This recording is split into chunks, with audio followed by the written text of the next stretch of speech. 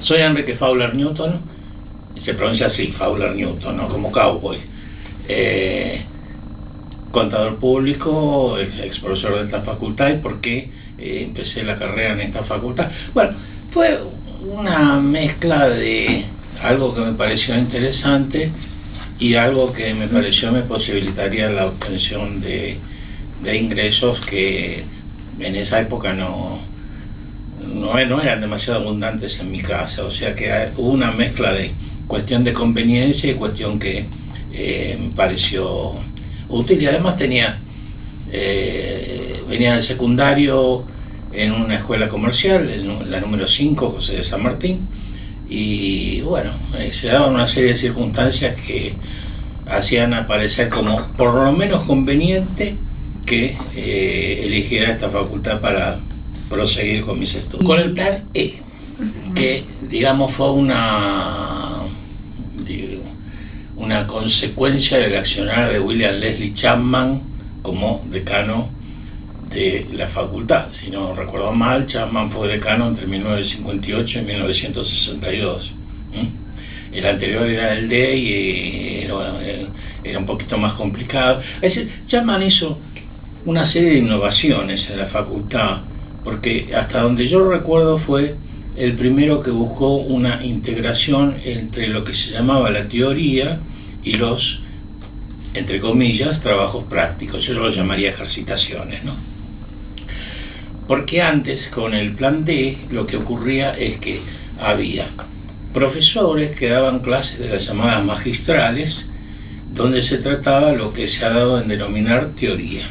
Y después había comisiones de trabajos prácticos en las que uno se inscribía en forma totalmente independiente de la relación que estableciera posteriormente con algún profesor. Y uno tenía que aprobar los trabajos prácticos para poder dar los exámenes finales, lo cual traía una serie de consecuencias, como prácticamente había, esto me lo contaron, porque cuando yo entré apareció el plan E, que había exámenes mensuales.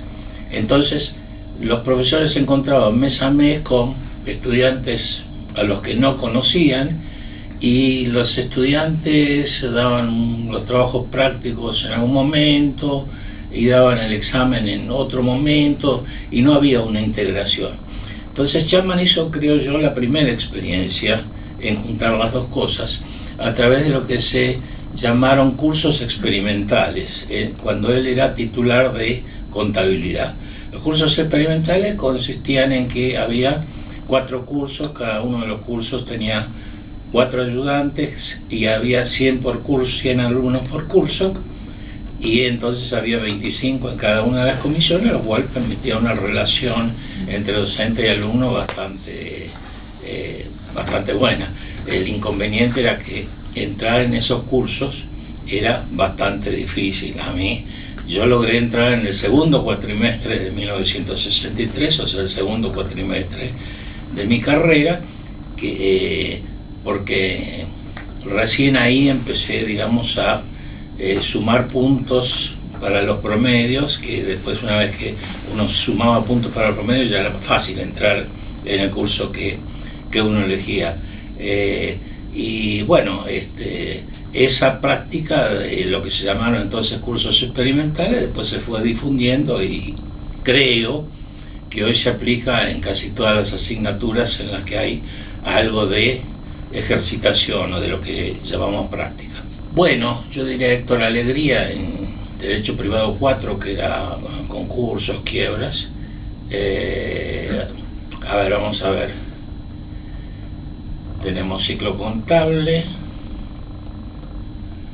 análisis de estados, estaba Bajejer, y tenía un buen ayudante, que ahora no me acuerdo el nombre. En auditoría no tuve un buen profesor, pero había un muy buen ayudante que era Mario Vázquez, que después descolló en el ámbito empresario. Administración. Bueno, en administración, que era una sola asignatura, era elementos de administración, ¿no es cierto? Una especie de resumen de lo que se da en la carrera de licenciado en administración. Y ahí tuve a Federico Frischel, que yo tengo que decir que como profesor me pareció bárbaro. Realmente tenía una forma de sistematizar las cosas, y yo diría que hasta hoy lo que él enseñó en materia de teoría de la decisión lo sigo usando, digamos, como esquema general para la toma de decisiones sobre cualquier cosa. La opinión de Frischel como decano normalizador, cuando vino el año 66, que tengo muy distinta de la que tengo sobre Frischel como profesor. Economía, dio un examen final. Villanueva, la economía de empresa, no me acuerdo con quién estuve. Massa era muy buen profesor en matemáticas, sí, estaba en la época de Gali. Claro, los profesores de matemáticas tienen una ventaja, que dan lo mismo todos los cuatrimestres. Entonces lo pueden dar con una precisión prácticamente absoluta, sin olvidarse de nada, y llenando el pizarrón totalmente de memoria, pero era muy buen profesor. Sapeninsky también era buen profesor de análisis 2, estadística financiera. Financiera lo tuve de Agostino, que era buen profesor realmente. Pero ya te digo, los profesores de matemática tienen esa ventaja, digamos, que les permite no tener que andar averiguando si cambió el Código Civil o si cambiaron las normas o cosas por el estilo. En el ámbito del derecho, Agustín de Bedia era buen profesor. 1, 2, 3, 4. Alegría, no sé si lo mencioné ya, Héctor Alegría, sí es buenísimo como profesor. Además inspiraba un respeto terrible. O sea, el hombre estaba tomando un examen, podía salir al pasillo, quedarse en el pasillo 2 minutos y a nadie se le ocurriría mirar la hoja del vecino, ¿no? Estamos ahí. El derecho era el cuarto y el quinto. No, derecho era el quinto. El cuarto era matemáticas y el sexto es el llamado ciclo de humanidades. Es una cosa medio rara porque juntaba historia,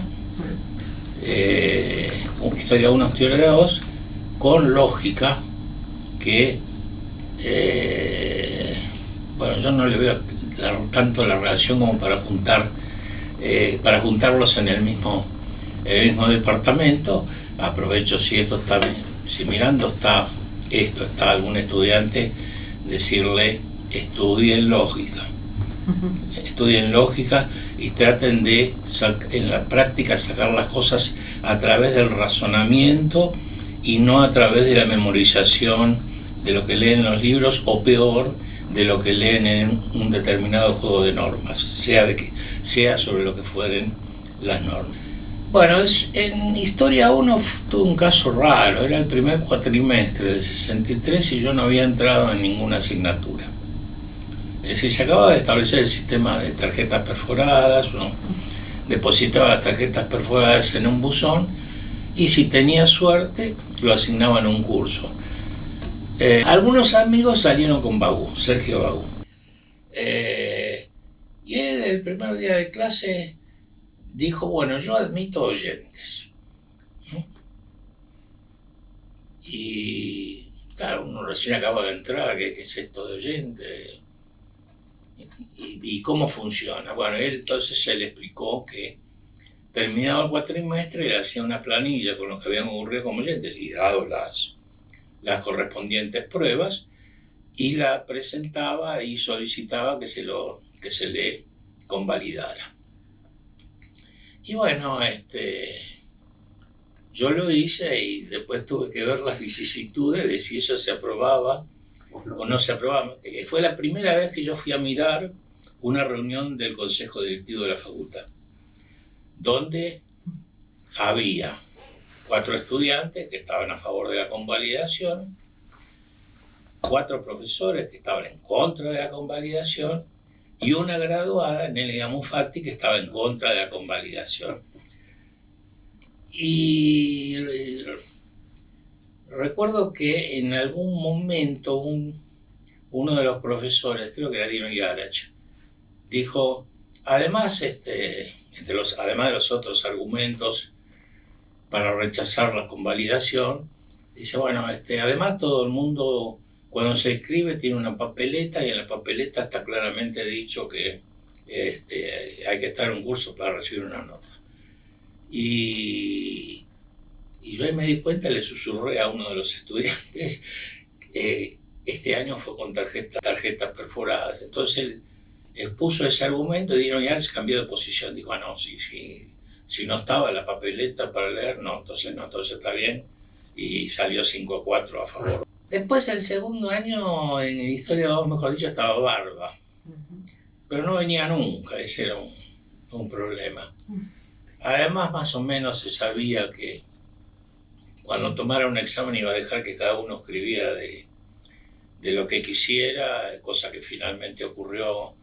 De modo que, bueno, ahí saqué un sobresaliente, pero con un esfuerzo realmente mínimo, es lo que los muchachos de ahora dicen un robo. Fui a una librería cercana de alguien que después sería mi editor y me dice, comprate el libro creo que se llamaba Marchese, no estoy muy seguro pero no, puede ser que termine en ese, pero no era Marchese, que sigue el programa. Entonces yo miré, efectivamente, seguía el programa, y lo compré y empecé a leerlo y la verdad que no me gustó mucho, y ya le tomé ahí cierta antipatía a los libros que siguen programas. Y después, en cambio, Bauú sí nos hizo leer Friedlander y Oser y otros libros verdaderos, y bueno, tampoco voy a decir que los exámenes eran difíciles, pero ahí uno ya va ya aprendiendo a manejar libros, ¿no es cierto?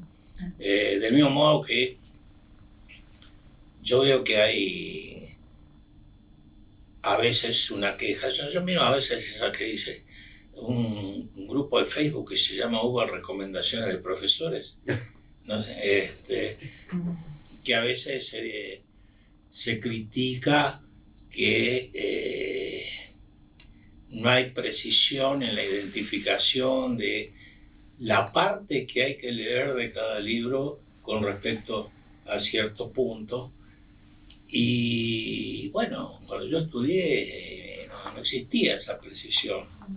Entonces yo di costos por examen final. Entonces yo tenía un programa. También había un programa de examen, no sé por qué. Se supone que si el bolillero decía que yo hablara sobre el punto 5 del programa de examen, era una mezcla de puntos tomados de distintas, no sé por qué se las llama bolillas, pero bolilla tiene sentido en relación con la extracción de bolillas para dar un examen, pero decir que un programa se divide en bolillas no tiene mucho sentido. Bueno, pero también se habla de módulos para cosas que no son módulos, ¿no? Pero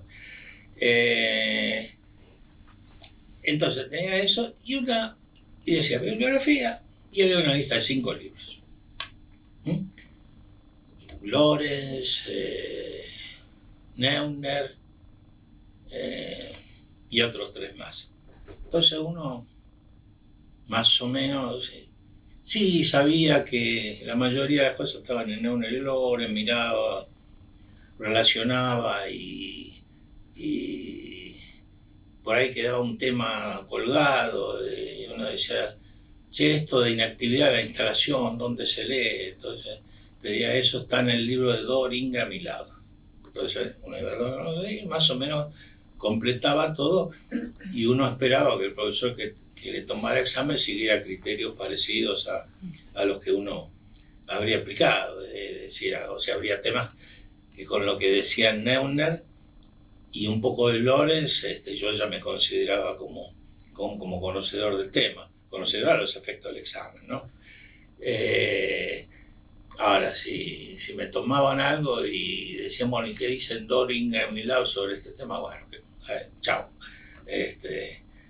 O sea, hay riesgos, ¿ok? O sea, un examen en definitiva es un muestreo, ¿ok? Y el muestreo tiene riesgo de tomar como aceptable lo que es inaceptable o riesgo de tomar como inaceptable lo que es aceptable, ¿no?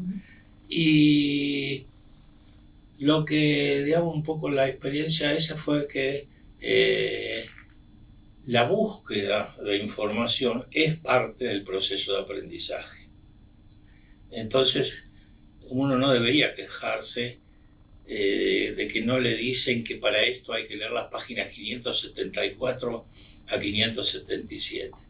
Y yo reconozco que después como profesor, un poco por hablar del juego limpio y qué es exactamente lo que tienen que leer, por ahí sí les decían esto está en las páginas 574 a 577. Esto tiene un problema, que por ahí la página 574 vos tenés que tener bien incorporado lo que leíste en la página 320. Entonces, y lamentablemente muchos van directamente a la página 574. Y entonces, pero no se entiende. Bueno, no se entiende porque si un libro está organizado razonablemente, cada conocimiento se va apoyando en algún conocimiento anterior o se incorpora en ese punto de la obra. O una buena parte de los compañeros secundarios después siguieron la carrera de contador y se recibieron de contador, y hay varios que escribieron libros. Había dado clases para el personal de Pricewaterhouse, porque yo trabajaba en Pricewaterhouse, un estudio de auditoría, hoy es parte de PricewaterhouseCoopers. Además, cuando cursé el seminario administrativo contable con López Santizo en 1968,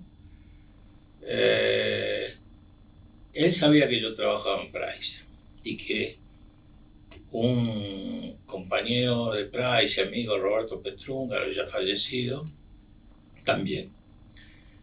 Entonces nos apalabró y dijo, nos ordenó en realidad, ¿no? Y dijo que Petrúngaro diera una clase sobre papeles de trabajo, de auditoría, ¿no? Y que yo diera una clase sobre el muestreo estadístico aplicado a la auditoría, lo cual me vino bien porque era un tema que yo conceptualmente lo tenía más o menos en mente, pero la parte matemática no la tenía todavía agarrada, ¿no? Entonces, bueno, di esa clase. Salió bien, creo. Petrúngaro de la suya. Y ahí estamos en 1968. Yo me recibo en el 69. Junio, creo.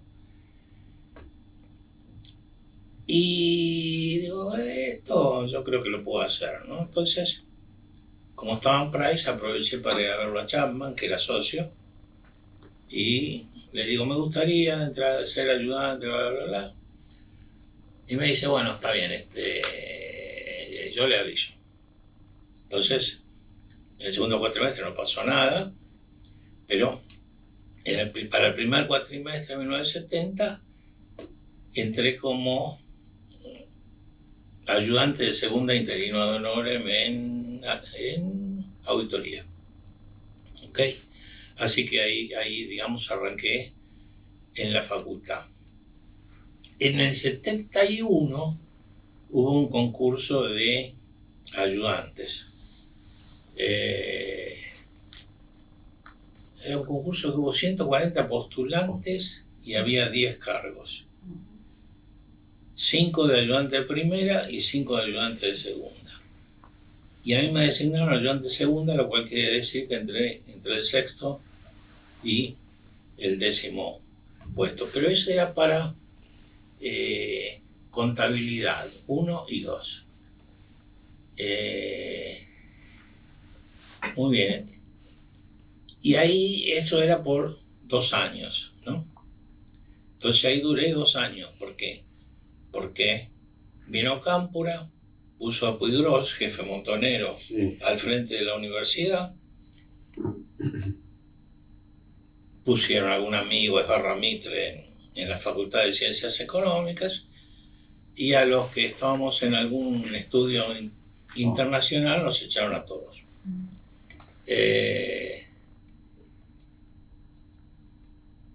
Antes de eso, en el mismo 73, en el primer cuatrimestre, fui profesor adjunto interino de Estados Contables en la cátedra de Héctor Bértola. Bueno, y ahí era más fácil echarnos, porque cuando termina el cuatrimestre y ahí. Es decir, para sacar a un interino es fácil, ¿no es cierto?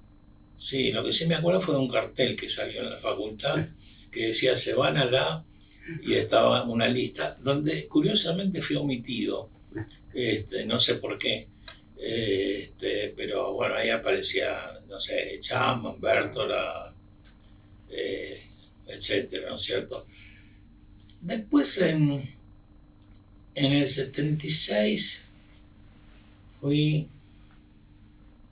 asociado a cargo interino de la cátedra de auditoría.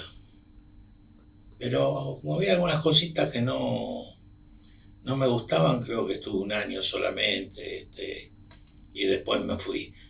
Por cositas que no me gustaban, por ejemplo, que de repente aparecía un curso de auditoría que no estaba en el cuadernillo y alumnos que estaban con un profesor eran transferidos a ese curso.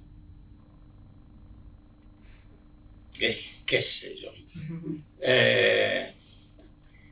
Y después sí, en el 82, creo, hubo un concurso.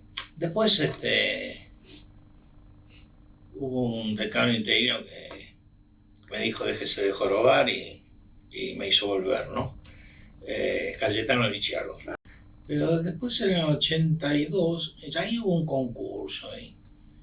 Y ahí había algo que me molestaba un poco, que una de las reglas del concurso era que los que venían ejerciendo el cargo interinamente, digamos, tenían una ventajita respecto a los que no. ¿Ok? Entonces lo que hice fue, me anoté en otra asignatura. O sea, abandoné auditoría y me anoté en estados contables. Y esa es una de mis más grandes satisfacciones fue haber ganado ese concurso, haber ganado, quiere decir haber salido primero. Segundo Hugo Lupi, tercero Arasati, y después venía cuarto, quinto, Arreguini, o sea que era... Y ese concurso extrañamente fue convalidado, que fue una normalización anormal. Hubo una revisión general de los concursos.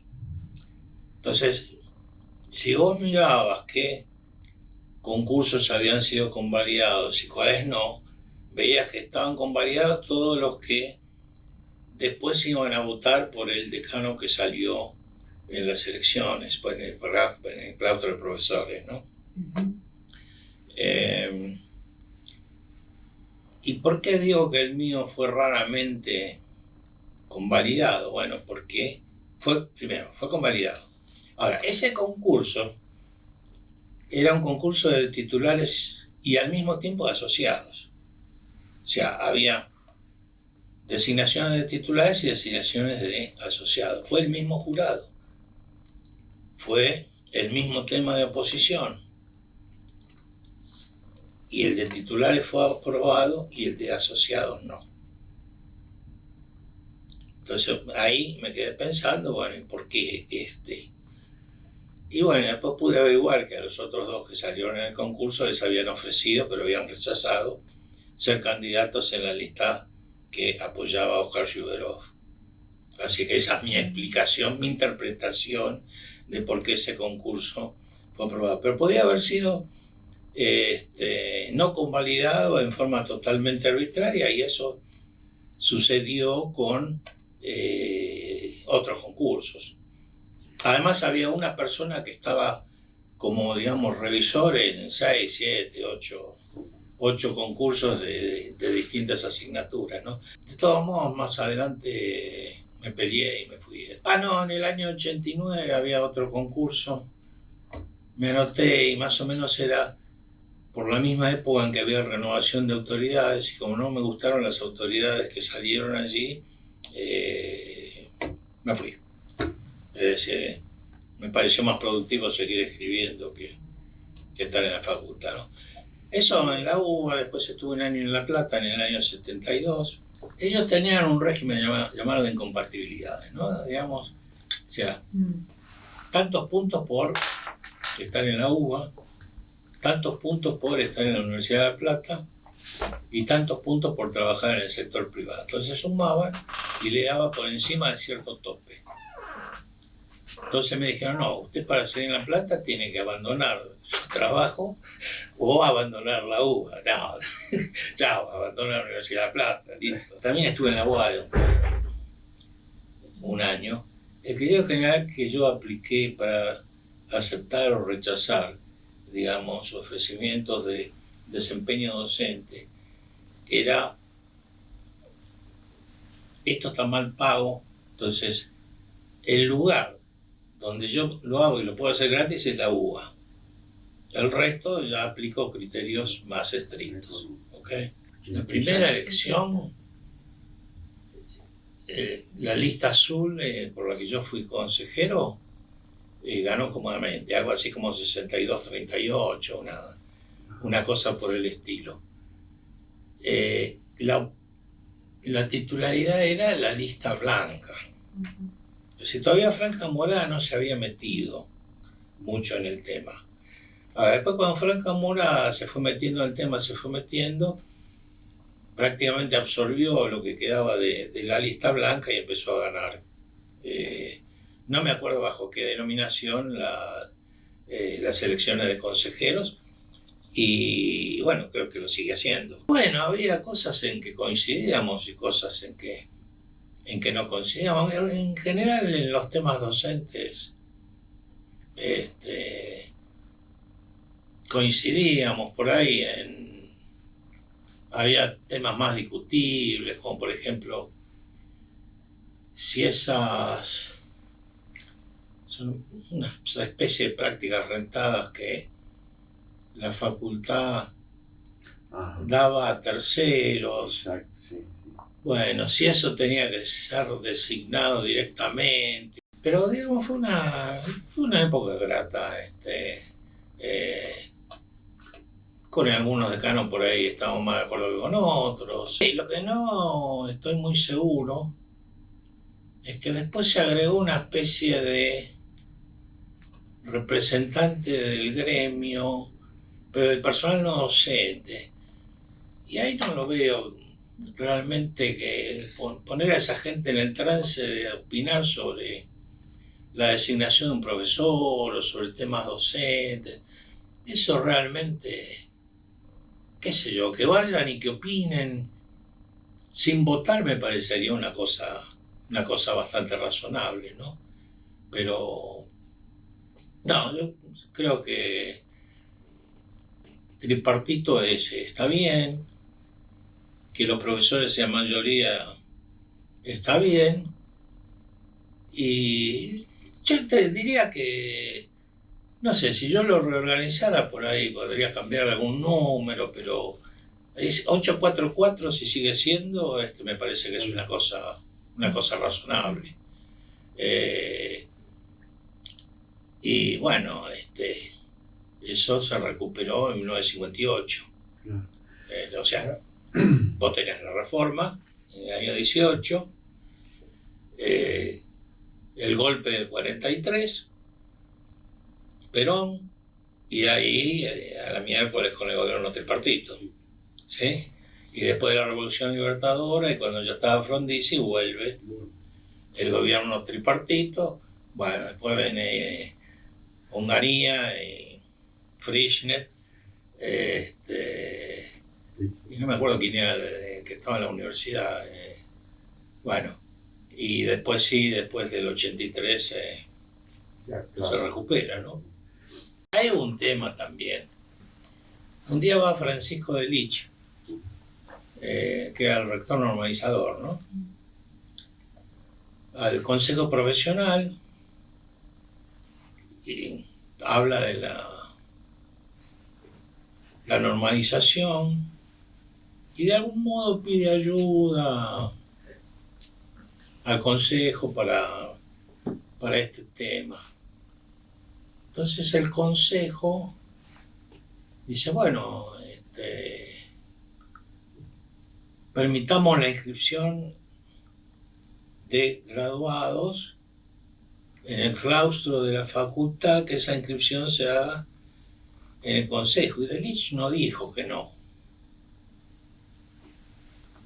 Pero después, cuando va a Suvorov, se encuentra con una lista de 8.000 o algo así graduados y dice no, esto no está previsto, ¿no?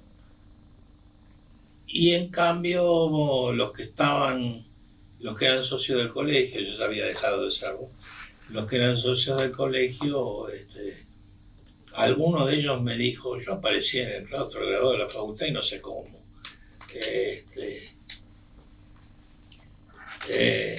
Si alguien fue con todas las fichas juntas, y no sé. Varios golpes de Estado que uno no terminaba tampoco de entender muy bien exactamente qué es lo que se discutía, ¿no?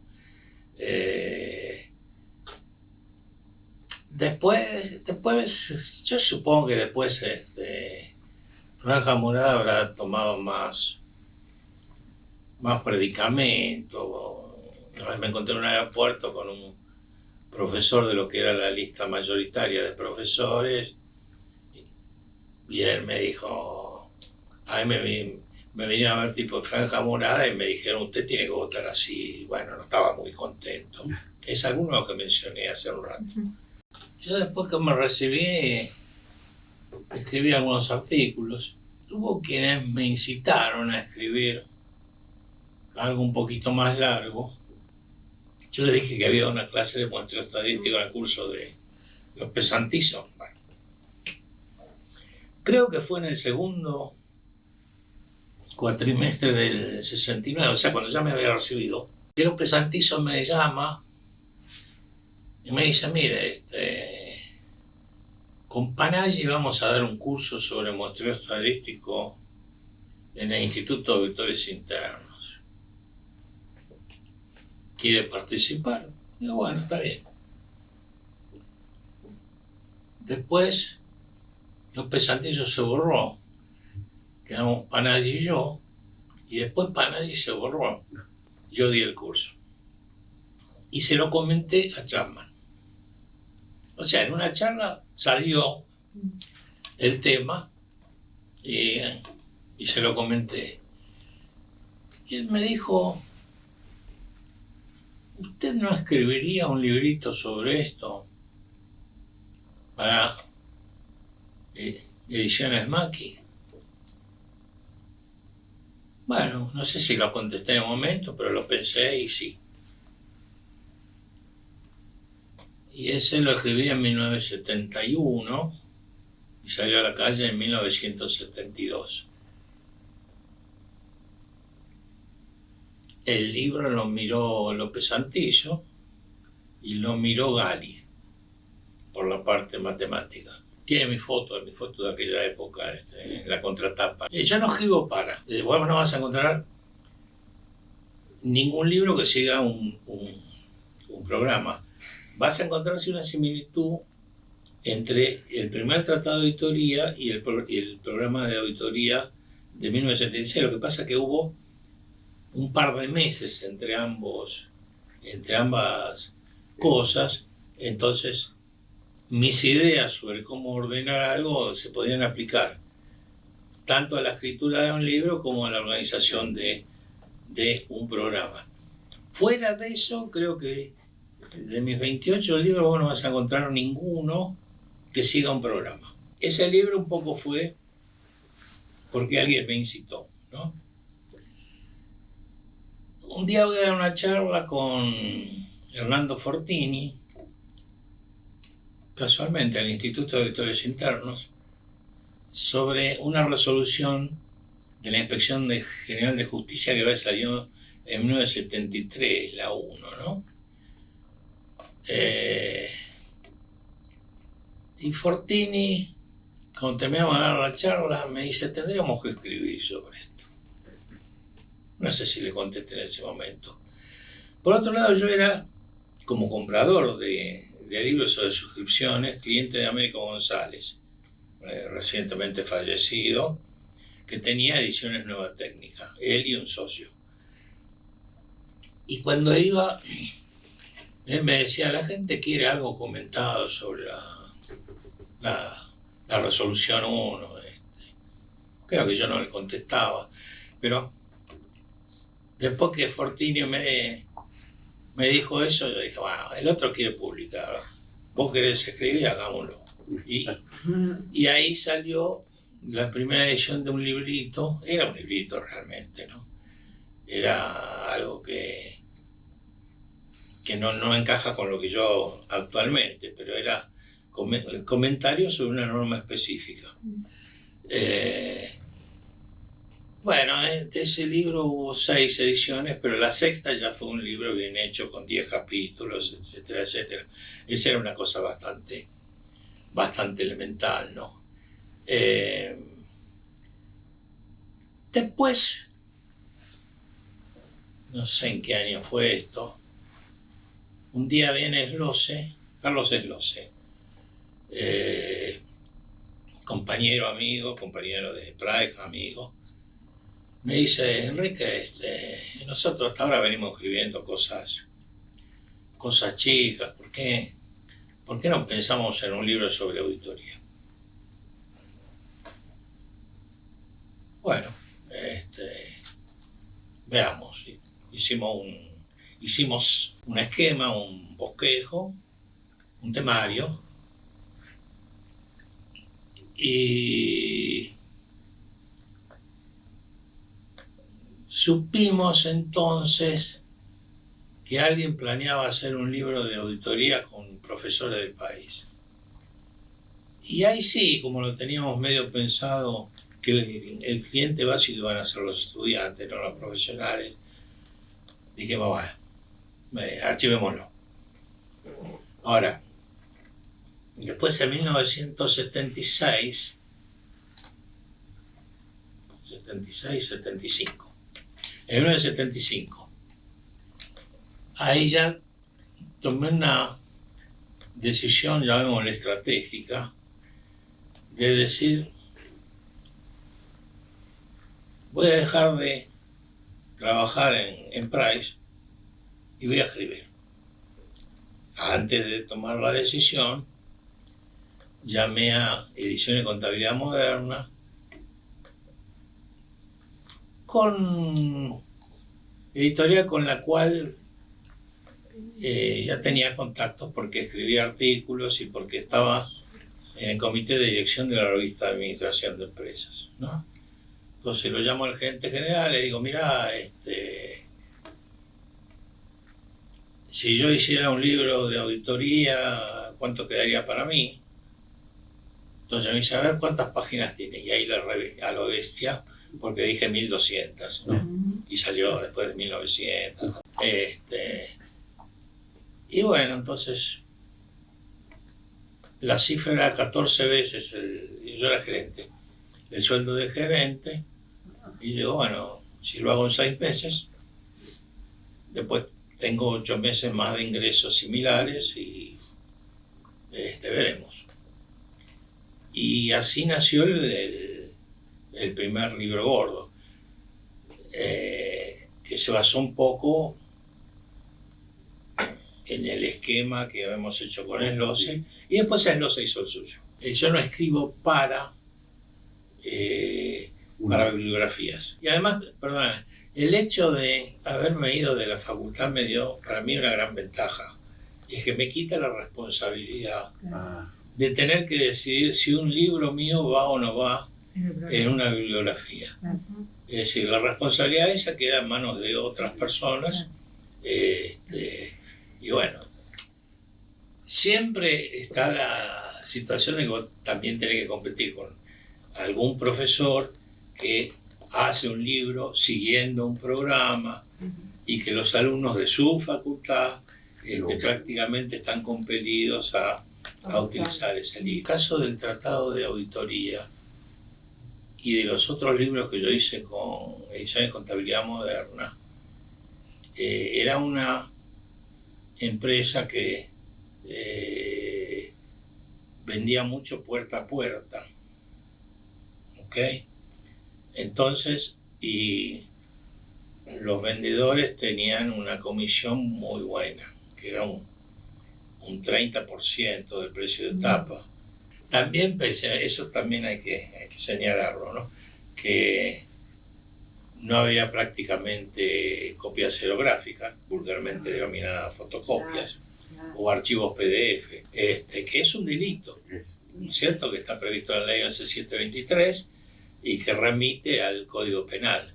Pero tranquilamente hay, digamos, hay cierta apatía en perseguir ese tipo de delitos.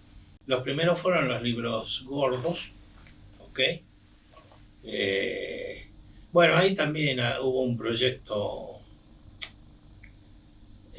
truncado que habíamos tenido con Lupi, con Slose, de hacer algo parecido a Finney Miller, es decir, un libro una colección de libros sobre contabilidad, pero ellos dos seguían trabajando, Lupi en Deloitte y Slose en Price, y yo tenía muchas horas libres, entonces bueno, ellos abandonaron al final. Y sí, ahí salieron otros libros gordos como Contabilidad Básica, Contabilidad Superior, 28 libros.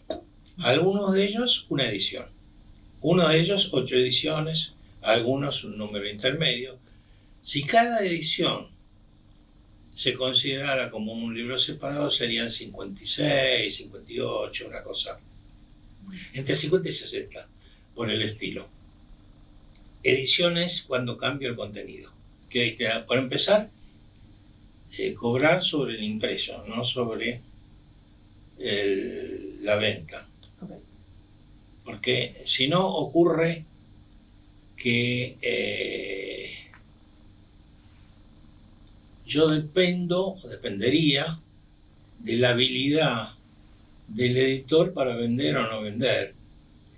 Entonces mi razonamiento es, bueno, cuando el editor compra papel, le dice, yo te voy a pagar si vendo los libros que hago con el papel. No.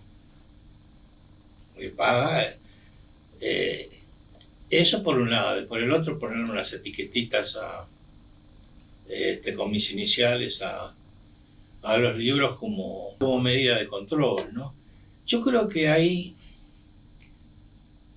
bueno, en el otro extremo está un poco el que dice, bueno, yo con tal con que aparezca mi nombre en la tapa de un libro, no me importa lo que me paguen, ¿no es cierto? Porque al final yo lo que quiero es usar el libro como propaganda de mi actividad profesional. Creo que los abogados un poquito hacen eso. Y yo no, yo lo tomé como una actividad autónoma. Y bueno, yo en los casos de cambio de editor le digo, bueno, mira, mis condiciones son estas. Cada uno tiene derecho de proponer lo que quiera. Y la potencial contraparte tiene el derecho de decirte sí o no, o te ofrezco esta otra cosa. Así que eso es lo que yo hago, lo que se vuelve muy difícil de controlar es todo el tema de las fotocopias.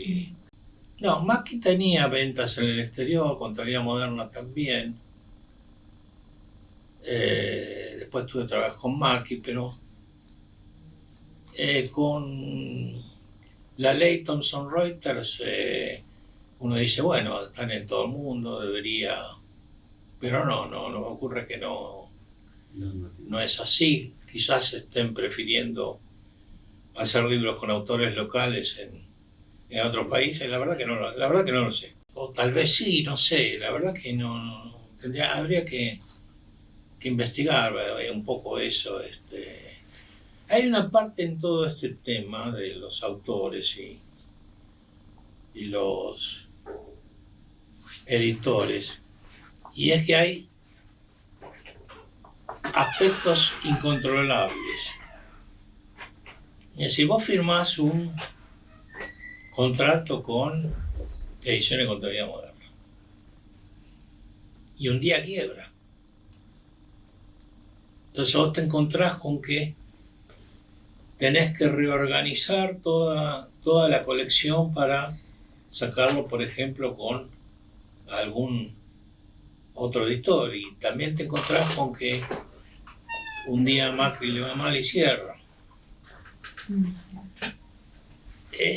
Ahí hay un aspecto que no se puede realmente manejar. O en algún momento yo estuve con Editorial Tesis que andaba muy bien,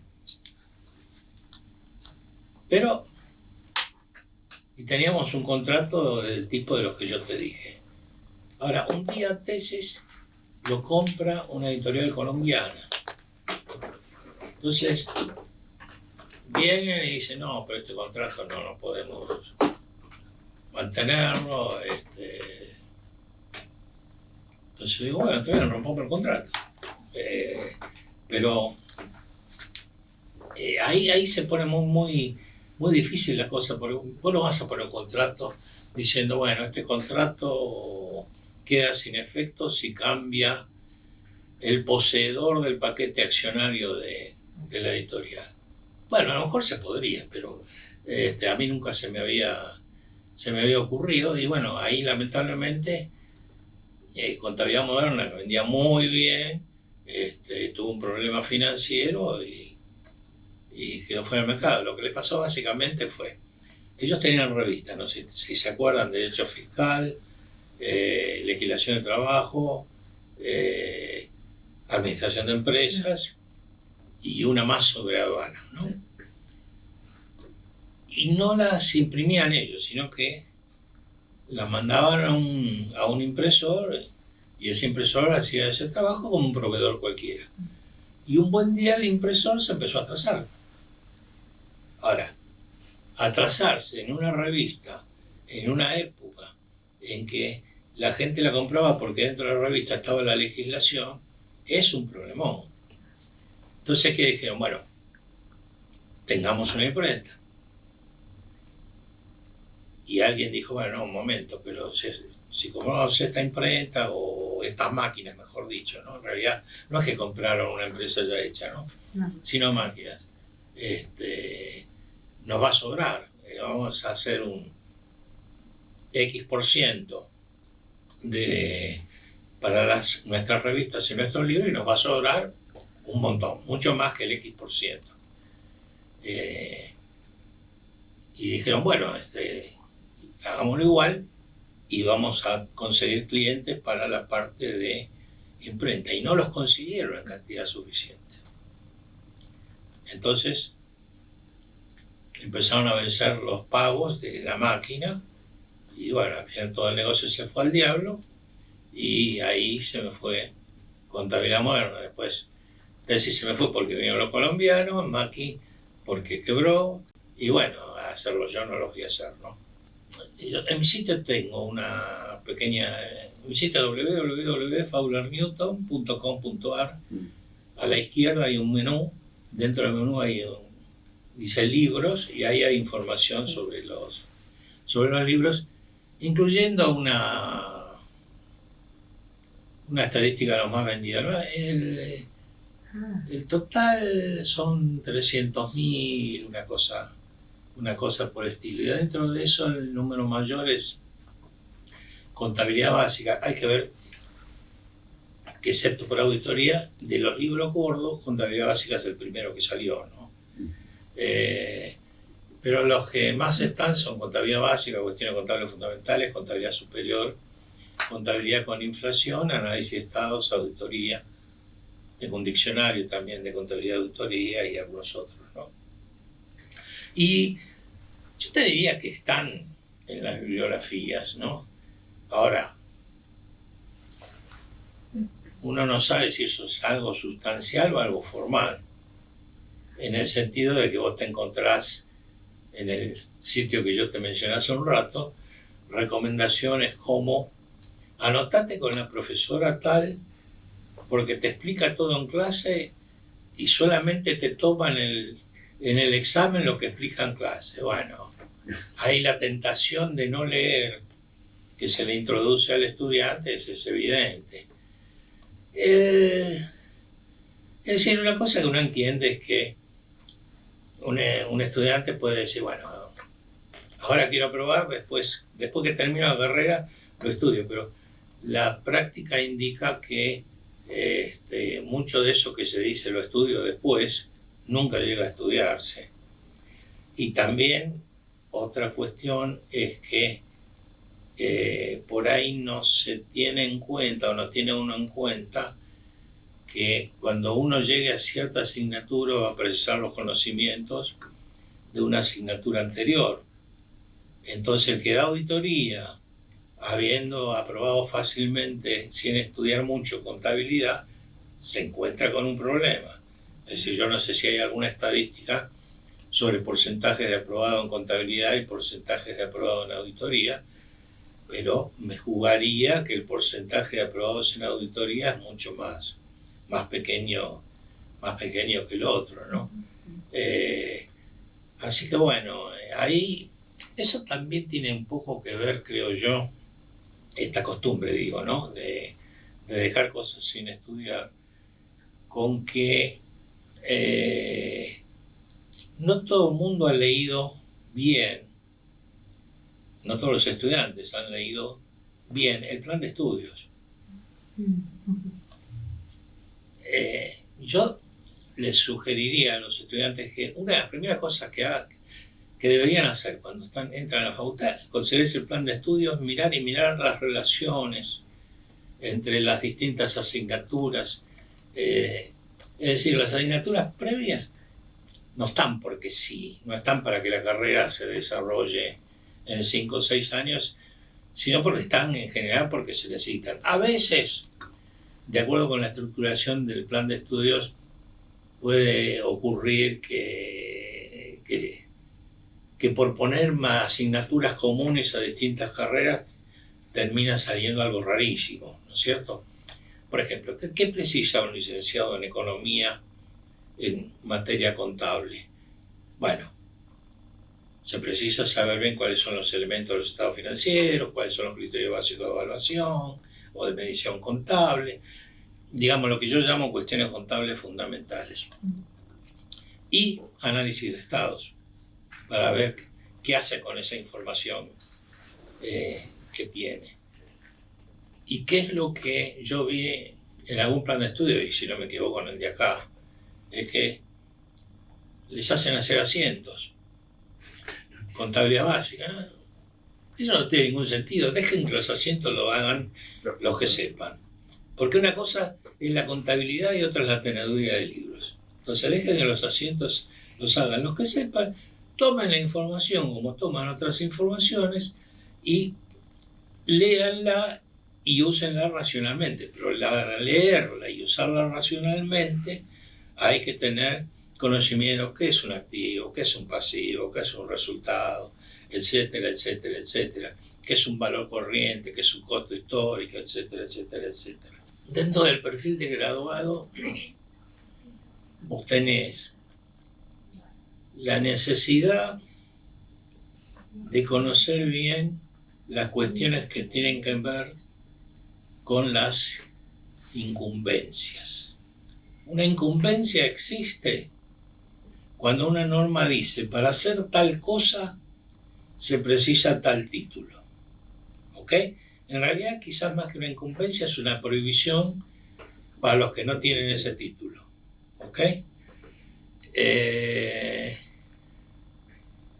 Entonces eso hay que conocerlo, aunque hay cuestiones que creo que nunca se tratan en los planes de estudio. Por ejemplo, vos agarrás la ley 2488, en el artículo 13 están las incumbencias del contador público, y en los artículos adyacentes están los de licenciado en administración, en economía y actuario, que nunca supe por qué a los actuarios los meten en la misma bolsa que en la misma ley que a los contadores públicos, licenciados en economía, etc.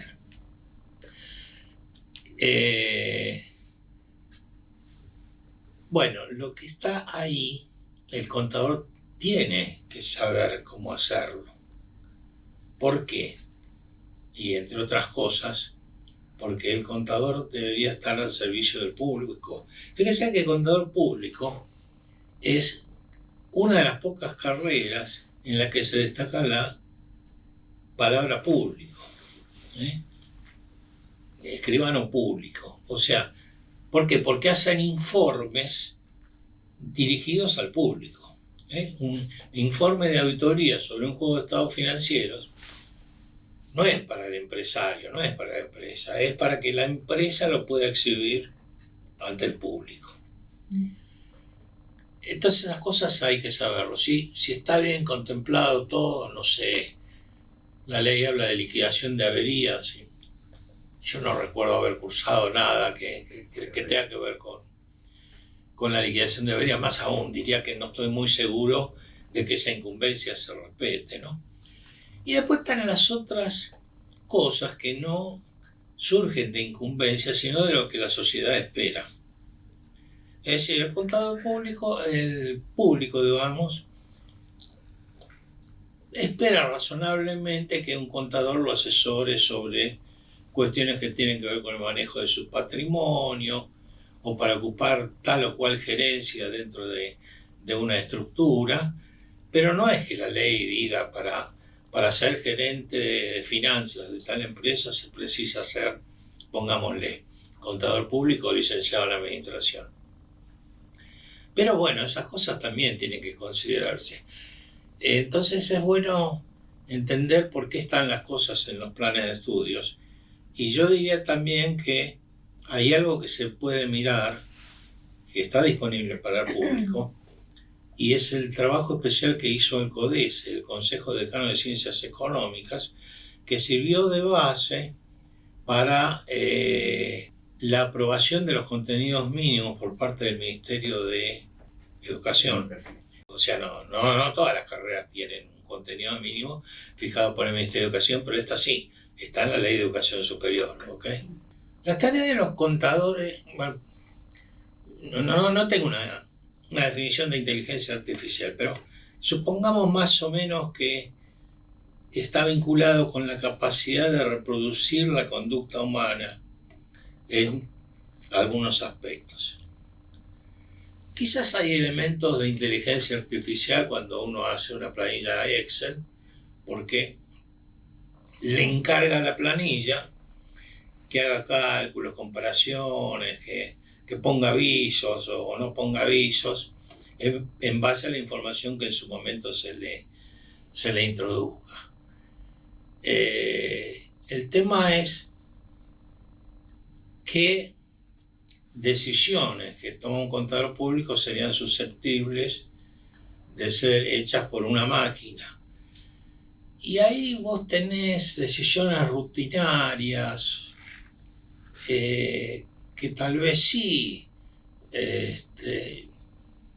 a lo mejor la contabilidad usando computadoras es una forma pequeña de inteligencia artificial, pero en cambio una cosa como definir el contenido de un plan de cuentas o imputar comprobantes, y ahí ya, no sé, tendría que ser muy inteligente la máquina para hacerlo, porque además necesita información.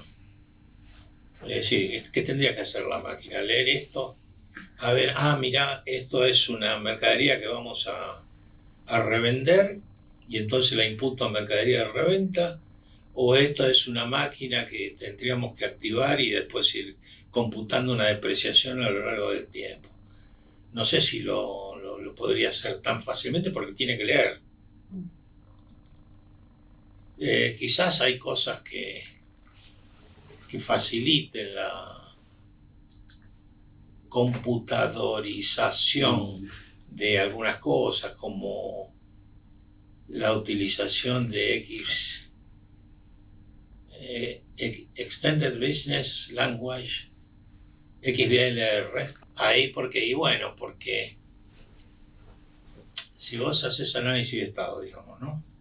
Entonces decís, voy a dividir el total asignado al activo corriente sobre el total asignado al pasivo corriente, a ver qué me da, porque si me da por debajo de 1 voy a empezar a mirar con lupa lo que está ocurriendo. Ahora, ¿cómo lo haces? Bueno, mira donde dice activo corriente, mira donde dice pasivo corriente, lo anotás o lo pones en un Excel y haces la cuenta. ¿Ok?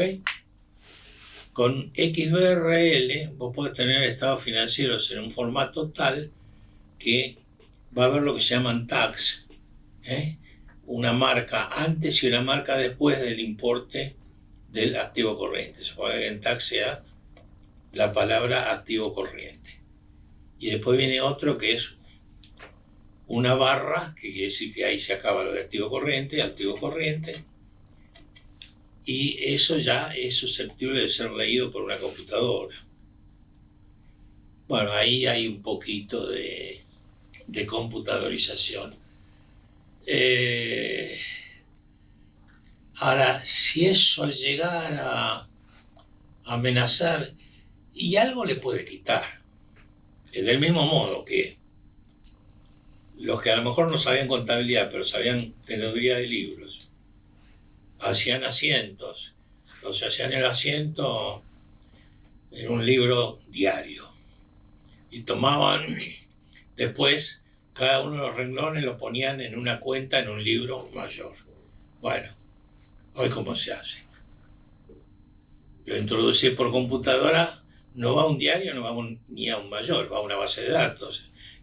Y después el programa arma lo que sería el diario y lo que sería el mayor de cada una de las cuentas. Bueno, los que hacían ese trabajo y algo habrán perdido en esto. Ahora, la parte, digamos, de análisis conceptual, definir criterios, etcétera, etcétera, interpretar las normas, y eso me parece que va a seguir en manos de los contadores. Ahora, no se sabe en qué puede terminar todo esto. Ya hay gente preocupada, como el capo de Facebook y el de Twitter, que ya no se llama Twitter, como es Q, de Q, que se van a reunir para ver si hay que limitar de algún modo todo esto de la inteligencia artificial, y que puede tener consecuencias inesperadas. Bueno, yo diría que al que quiere asustarse sobre este tema, que mire la serie Black Mirror.